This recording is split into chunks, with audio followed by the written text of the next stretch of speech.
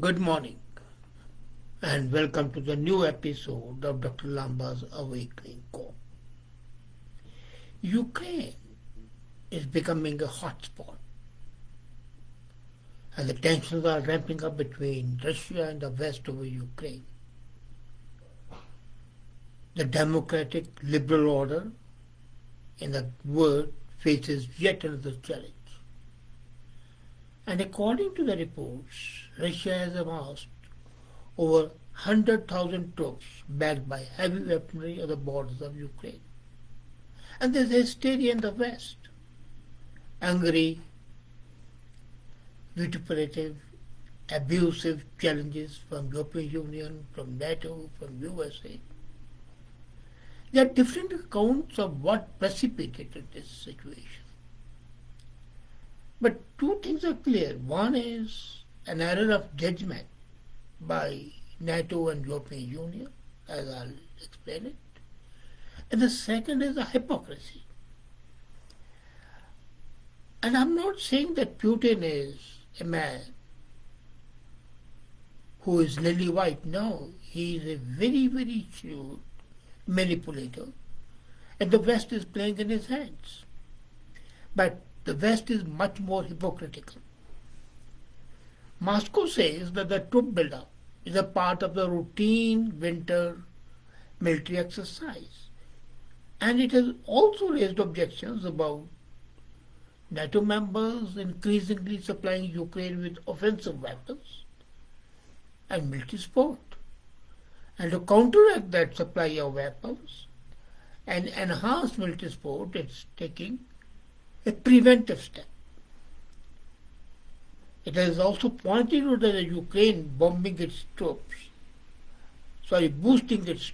is increasing its number, is a possible preparation for taking back the Donbas region.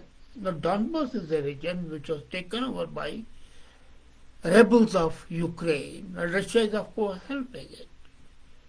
And now Russia wants a legal guarantee that NATO would not accept Ukraine as a NATO member. Now first, let's have a look at the Ukraine politics. The current president of Ukraine, Zelensky, was picked as an outsider in Ukraine's dysfunctional and corrupt politics 3 years back. And the records show that he steered the government in a very immature and bizarre fashion, as bizarre he himself is. All the political pundits to whom I have talked confirm that he selected fellow comedy industry veterans. He was a comedian by profession.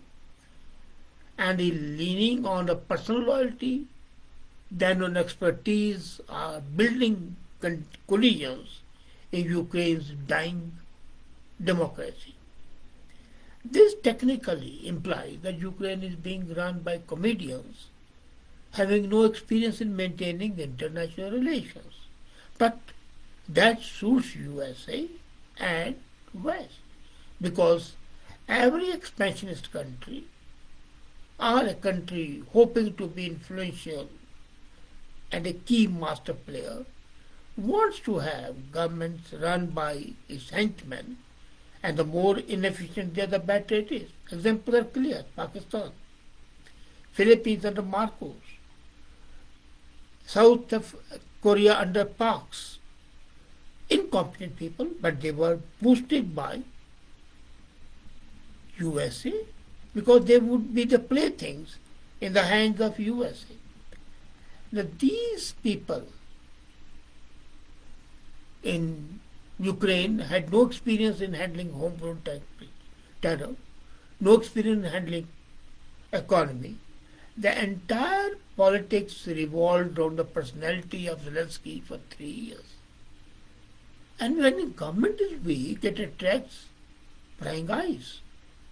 So pro-Russian people, experts say that the goal of Biden-leaning media is to create an illusion, a mirage of Russian invasion really is nothing.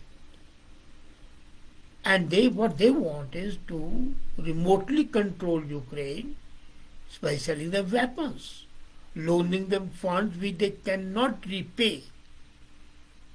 Now this is what it is. When you cannot repay, you become a slave. And replacing the NATO army everywhere in the region. USA President Joe Biden wants to sell protection to Ukraine like a mafia don. Britain has been sending regular arms to Ukraine in RAF plans for the last 15 days. European Union has set out plans for loans and grants to Ukraine worth more than $1 billion. Pentagon ordered thousands of troops to prepare for potential deployment. Now here, look at the hypocrisy. When a sensible person talks, then he is ignored, as happened with the German naval chief, Vice Admiral K.S. Shinoban. He had to resign for the comments he made in India recently. But the hypocrisy, I want to talk about that as well. The Houthi invasion in Middle East, aided by Iran, is being downplayed, though that's much more dangerous. And I'll come to that recently. Let me continue with German naval chief. Now, tensions as they were mounting, the naval chief, Admiral Chopin, said that the Kyiv could not regain Crimea Peninsula. Moscow had seized in 2014, and that's a fact. Even if they go for a war, Crimea was, is, and would remain under the control of Russia. So this is only a shadow fighting. And as Russia has brought it 100,000 troops around the Ukrainian border, which they call as winter exercise, and West fears is a full-scale Russian invasion, things are mounting up. Now, according to naval chief, the former naval chief of Germany, Russia is not that much a danger as China is, as we'll come to that. Now, at present, both UK and USA have pulled out their embassy staff that was deployed in Ukraine. And Moscow has long objected to NATO's eastward expansion. And they see any move to include Ukraine in the bloc as a red flag. Its seizure of Crimea and support of rebels in eastern Donbass shows it's prepared to push. Now, while Ukraine defended its border is a necessity, I can understand all the Western powers helping to protect the borders. But provoking Russia into confrontation would be counterproductive. Russia has enough in military depth to seriously complicate security dynamics in Europe. Then Germany is withdrawing slowly. Have you seen that? Russia provides Europe with 40% of natural gas supply. And if there's a war, 40% gas supply would be stopped. Europe cannot afford to do that. So NATO needs to adopt a sophisticated strategy. Given this background, Schopenhauer's analysis is important. To have Russia on the same side against China is a pragmatic one. He says combine with Russia, oppose China, rather than opposing China and Russia combined. Now, China with this vast economic and technology power is the biggest threat to the global order, not Russia. The NATO summit Munich in June 2021 specifically identified China as a systemic challenge to the rule-based international system. So if NATO's error is that they forget that the moment they get bogged down in a conflict with Russia, it would take away from international efforts to push back aggressive China. Now, Putin is a strong man, but don't forget that although he believes Russian being strong, minus his military capability and forays into alleged dodgy cyber interference, it is not big enough to disrupt the world. That's the problem. China can disrupt the world, global order. Russia cannot. The country is facing depopulation. And West is ignoring it. Russia is not having a substantive economy. It is primarily relies on military and energy exports. And its ability to influence global issues is minimal. So a conflict started by Russia also hurts Russia. And it's alleged that the cyber interference may hurt rivals, but Russia gains only mistrust, suspicion. And it would hurt Russia much more. But if Russia and China team up, then Russia can be a serious disruptor and help enhance China's interests. And this is what Europe and USA should be thinking. A better approach will be to work out a modus vivendi with Russia in Europe and drive a wedge between Moscow and Beijing. NATO needs to be smart, but it's just not smart.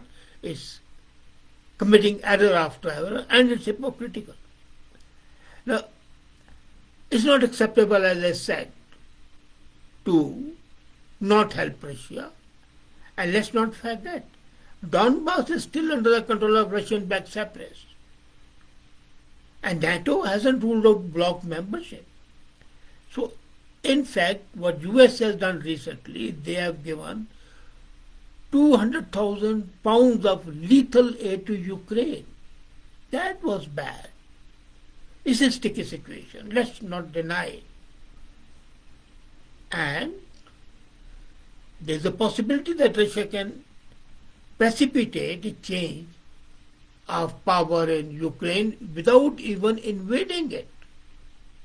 It could achieve this by ratcheting up tension or through psychological or information warfare. And a pro-Russian puppet regime in Kyiv would be a headache for NATO. So there are no easy answers here.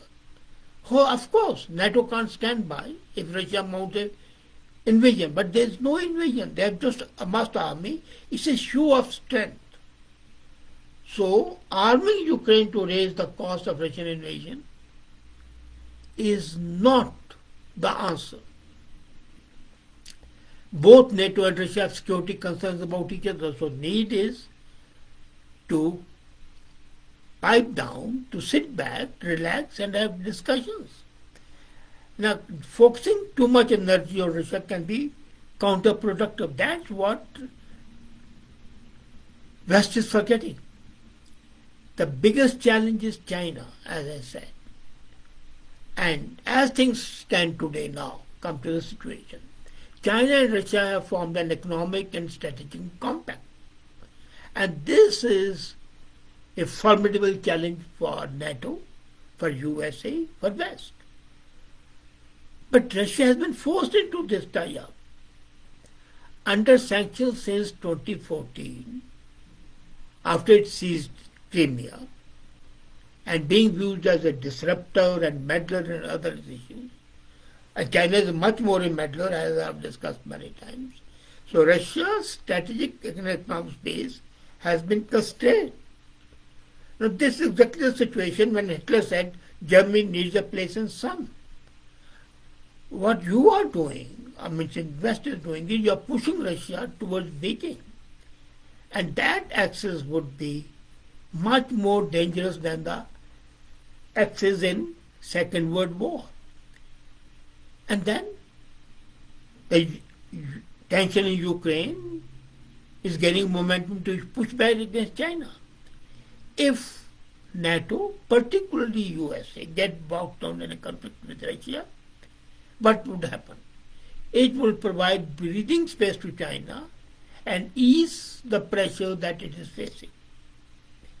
I won't be surprised if the military build-up by Russia is actually coordinated at some level with Beijing.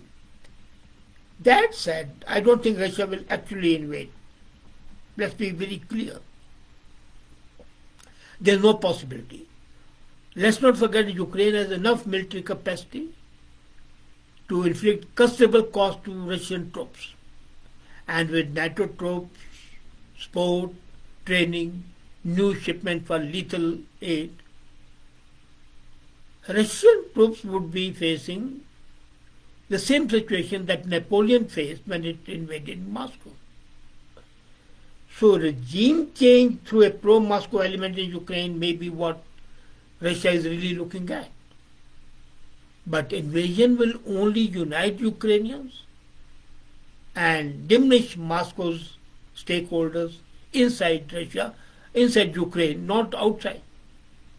Taken together, what's happening in Ukraine today, there is a substantial link between what's happening in UK and what's happening in East Asia with China. The Russia-China axis is trying to weaken US-led efforts to counteract Beijing. And US and NATO are walking into that trap. Russia does not have the economic heft to rewrite the global order. China has. It's revisionist, it's aggressive, and that's a real threat. And that is what Germany should keep in mind rather than act the way it is acting by throwing out its naval chief, who was talking very sensibly. And now, the other thing, the Middle East, the Houthi invasion, what is the reaction of the West? Why are they keeping quiet? That is something which is, in fact, again, I would say, Beijing-backed Iran, they are provoking that. And that can be a real bombshell. It's inhuman, terrorist strike. It's a clear violation of the world order. But here, NATO is mum and USA is deaf-mute. Why? Hypocrisy naturally is the hallmark of the Western ideology today. The clear-cut ideas are lacking, and also lacking is the strategic thinking. They are not able to identify the real enemy. And that lack of identification of the real enemy can be a disaster. And if that's a disaster, you can well imagine the fate of the global order and of the democratic liberal order, which would be harmed fatally. And the Sino-Russian combined is able to show that the West is just a paper tiger. It has the heft, but no brain power to utilize it properly, then West is doomed. And sometimes I do think that the West is suffering from a death wish. Whether it's Europe or America, and more of America and Canada, they are suffering from a death wish. They are not realizing, identifying the real issues. Rather, they create a hazy picture to mislead people by propaganda, by creating a mirage which is not there. And that illusion blinds them to the reality. And the inherent danger, of course, cannot be ignored. Think about it. Thank you.